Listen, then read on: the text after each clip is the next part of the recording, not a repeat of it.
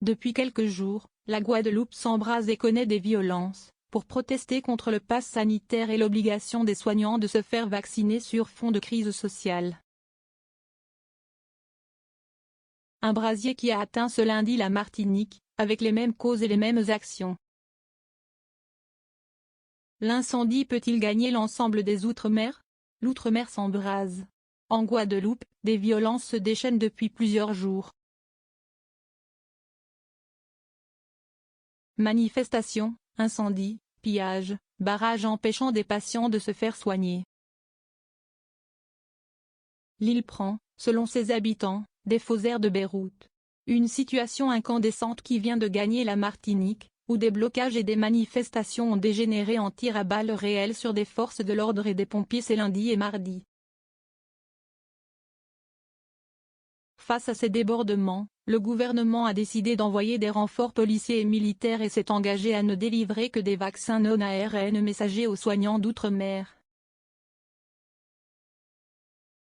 La grève illimitée et les premières mobilisations en Guadeloupe sont, en effet, nées de l'obligation vaccinale des soignants et du pass sanitaire.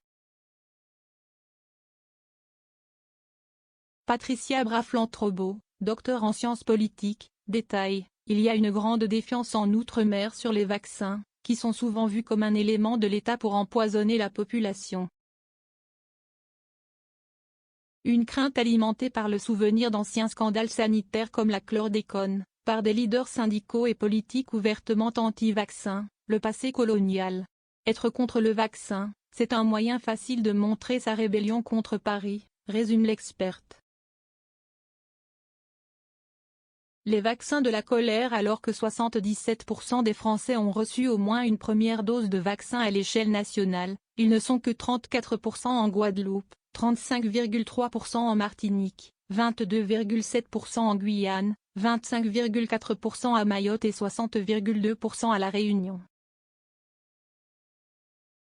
Des chiffres qui soulignent une défiance partagée vis-à-vis du vaccin et laissent penser que le mouvement de contestation pourrait gagner l'ensemble de l'outre-mer.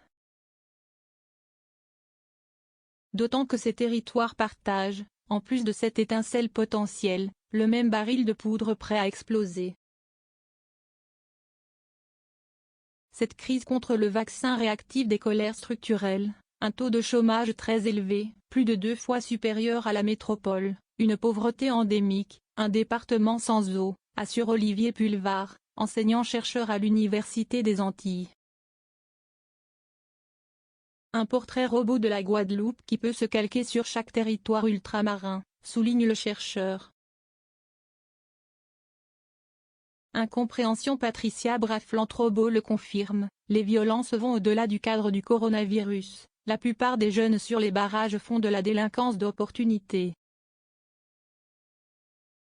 La contestation contre la vaccination n'est qu'un prétexte pour commettre des incivilités. Et ce ne sont pas les réponses apportées jusque-là par le gouvernement qui devraient calmer le jeu. On ne peut pas répondre que par des forces de l'ordre en plus, surtout quand la population se plaint déjà d'une trop grande autorité de Paris, note Olivier Pulvar. Quant au vaccin non-ARN, il s'agit là d'une réponse uniquement à la contestation vaccinale, qui n'est que la partie émergée de l'iceberg. En revanche, il est peu probable que la grogne actuelle gagne la métropole, estime Patricia Braflant-Trobo. Non seulement l'Hexagone ne compose pas avec les mêmes problématiques économiques et sociales, mais il abrite également une population beaucoup moins réticente au vaccin. Sans étincelle ni poudrière, la France continentale devrait donc être épargnée. Le mouvement anti-pass qui l'a animé quelques samedis depuis cet été n'a engendré à ce jour que peu de mobilisations, et encore moins d'incidents. C'est bien là, pour Olivier Pulvar, la limite du mythe d'une France unique et indivisible. On veut traiter chaque territoire de la même manière.